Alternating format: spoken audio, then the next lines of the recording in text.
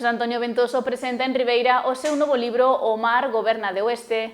O autor recolle o mundo mariñeiro nesta novela histórica protagonizada polo mar e a súa historia. O xoves, o Museo Municipal de Ribeira abrirá as súas portas pola tarde para coñecer o que agocha O mar goberna de oeste entre as súas páxinas, o novo libro de Xosé Antonio Ventoso. O ribeirense, coñecido político e profesor de historia, desenvolveu tamén unha carreira como escritor que vén de ampliar con esta última obra na que o mar é protagonista. O mar é o centro de toda a miña obra, tanto dá que sea o tema central como un tema secundario, o mar sempre está presente, incluso cando escribín a postura oficial da xerarquía galega antes durante a República, o sea, o mar é algo constante. O autor apunta que sempre quixo levar o galego a linguaxe, a estrutura de pensamento e a xerga da xente do mar, algo que se recolle neste novo traballo.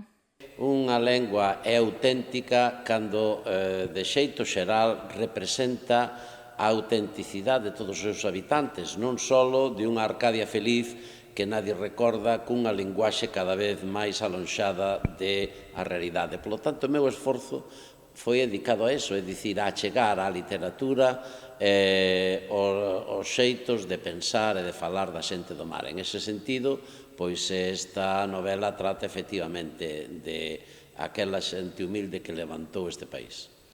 Tamén ten unha gran presenza a toponimia da Ría de Arousa. A xente do mar aprende por ósmosis, ou seña, que aquí un home de Ribeira fora para náutica ou fora para Vigo, en un caso para estudiar para capitán ou en outro caso para patrón, era un xeito natural porque a mitad da carreira levaba aprendida de xeito inconsciente, porque desde pequeno o que nos rodeaba a todos era o mar, a playa, a adorna, a vaca, o aparello, a rede, as bollas, o cerco, e entón pois é algo que che foi entrando nunha familia de mariñeiros como era a miña, donde, pois, se eu non houbera estado lixiado, pois houbese sido, como o resto da miña familia, tamén un home de mar. Unha das súas intencións é conservar ese léxico vencellado ao mar, xa que Ventoso lamenta que se estea a perder. A maior parte das veces me din, no, é que eso non está no dicionario, claro, é que podíamos poñer este libro de texto de algúns rapaces, pero é que isto non está arreglado e tal e cual, entón quedo sorprendido de esa visión tan reduccionista de ver que a lingua hai que analizala dende atrás, non dende o futuro. Unha lingua é viva cando ten futuro, non cando ten pasado. E entonces me sorprende esas cuestións e, bueno, pois non as respondo, pero sigo reafirmándome no afán de que entender Galicia é facer un esforzo por entender tamén a súa lingua e a súa fala. Esta obra é o resultado do coñecemento da vida de mariñeiros das rías galegas. O que eu pretendo con isto é unha homaxe á xente modesta, é dicir, á xente das rías de Muros, da ría de Arousa, da ría de Pontevedra, basicamente, que co seu traballo alrededor de unha embarcación humilde e xeitosa como é a Dorna, levantaron este país. É dicir, este país, esta costa, levantou na xente da Dorna, o pescador da liña, o home que foi capaz de facer un imperio dende unha embarcación de 9 cuartas. E digo un imperio porque cando tuvo lugar o despegue económico de España, a costa, e sobre todo a costa das Rías Baixas, púxose ao frente de Galicia. E ainda todavía hoxe que a xente se esqueza, a renta das Rías Baixas, tanto de Vigo como de Arousa, é sensiblemente superior á media de Galicia.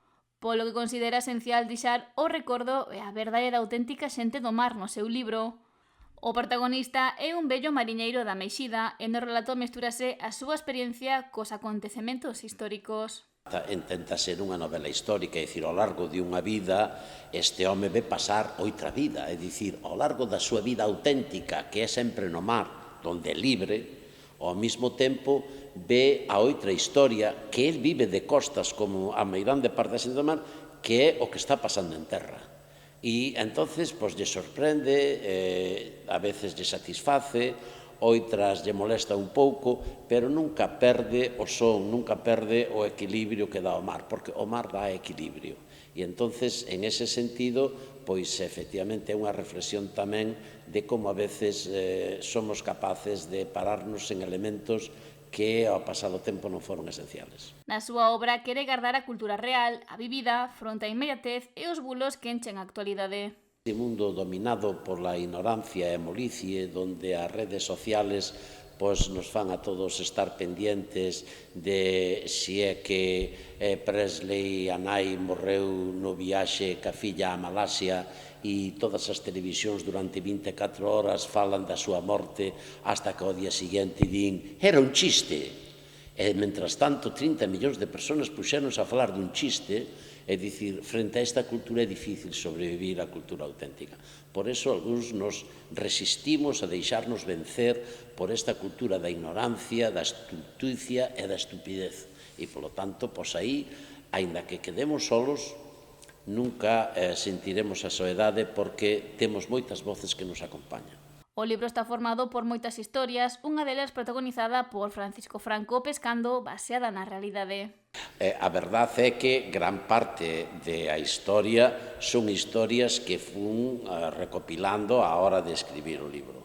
E esa é auténtica de verdade, é dicir, de quen podía pensar a influencia que Franco tiña na ría cando chegaba ou non chegaba, pero que sempre lle esperaba. En este sentido, dá a sensación que nos recorda Esperando a Orestes, o libro de Cunqueiro, porque cantidad de xente tiña que estar pendiente na súa casa porque da comandancia lle dicían quédate aí, que se ven o caudillo, ti tes que ir de guía, ti tes que ir de pescador, tal, e se viña, pois iban, e se non, pois non lles pagaba. Por lo tanto, é unha cousa sorprendente. Pero hai algo tamén que eu quixera rechamar e é a chamada a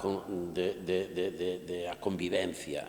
Por iso apunta que o protagonista é evanxelista. É tamén un canto á convivencia de distintas etnias, de distintas religións, de distintas persoas que seguramente se chegaran agora pois dirían que en patera se marcharan tamén pois, para algún sitio onde sea unha religión mayoritaria.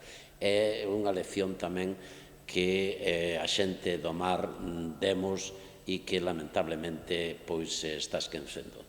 Tamén afondou na portada do libro, obra de Pastor Rodríguez. Fixo unha serigrafía dunha bella foto e é unha portada que me encanta porque é a soledad, a serenidade e a adrenalina. Está solo, pero non está aislado.